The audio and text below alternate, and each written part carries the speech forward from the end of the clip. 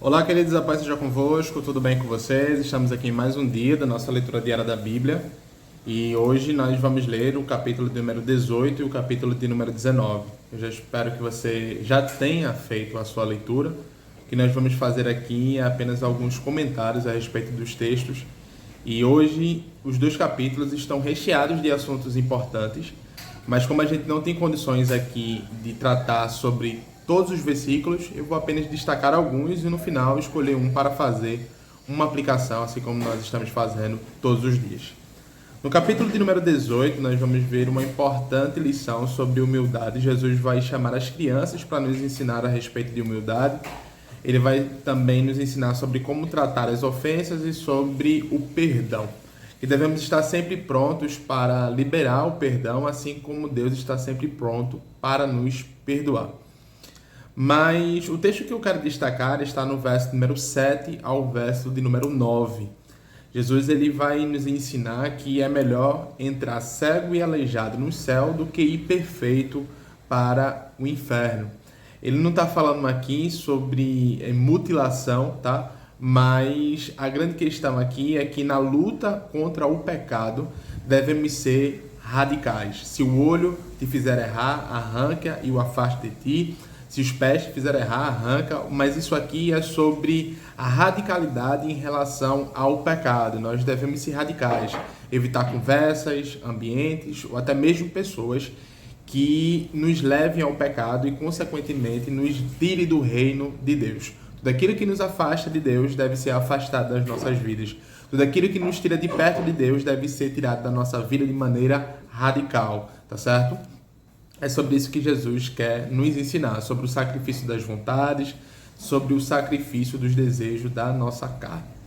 No capítulo de número 19, temos aqui dois pontos importantes. Um eu vou escolher para explicar e o outro eu vou escolher para aplicação, que é a questão do divórcio e a questão do jovem rico. Sobre o divórcio, é importante a gente falar aqui duas coisas. Primeiro, a vontade de Deus, e Deus criou o homem para o casamento, para que até a morte o separe.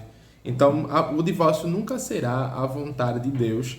E nós, como cristãos, nós, como pastores, seremos sempre a favor da reconciliação, do diálogo, tá certo? E do perdão. Porém, Jesus vai destacar aqui o adultério.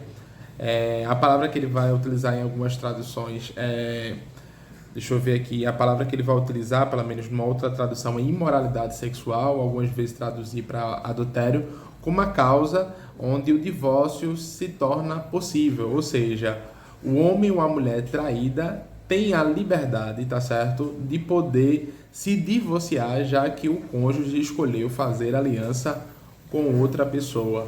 Mas é importante entendermos que a vontade de Deus é que quem Deus uniu, tá certo? O casal que Deus uniu, ninguém separe. Porém, em caso de adultério, o homem ou a mulher traída fica livre para divorciar-se.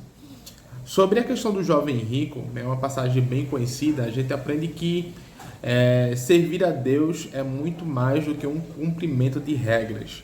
Até porque não precisa ser crente para você cumprir o padrão ético e moral dos 10 mandamentos.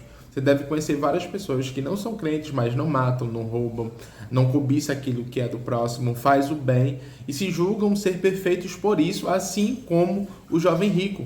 Porém, apesar de cumprir todos os mandamentos, Jesus vai pedir que ele venda tudo e pudesse seguir. Porque servir a Deus tem a ver com renúncia. E renunciar muitas vezes aonde está o nosso coração. Então, quando Jesus pediu para que ele vendesse tudo e seguisse, ele não foi capaz de seguir Jesus.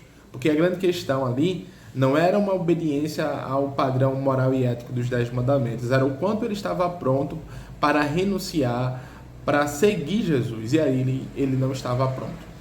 Então, quando a gente observa nesse texto, a gente vê que é possível um homem rejeitar Jesus.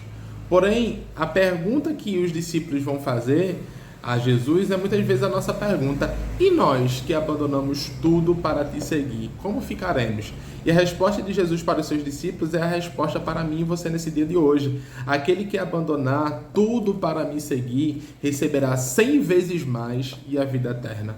Em outras palavras, o Senhor Jesus está dizendo, vale a pena deixar tudo para me seguir, vale a pena você abandonar as suas vontades para me seguir, vale a pena você dizer não a este mundo para me seguir. Então, se você no dia de hoje talvez fique se perguntando, será que vale a pena todo esse esforço? Será que vale a pena todo esse sacrifício? Será que vale a pena toda essa renúncia por seguir Jesus? Eu quero te dizer, vale a pena deixar tudo, deixar este mundo para seguir a Cristo, porque receberemos 100 vezes mais e, acima de tudo, a vida eterna.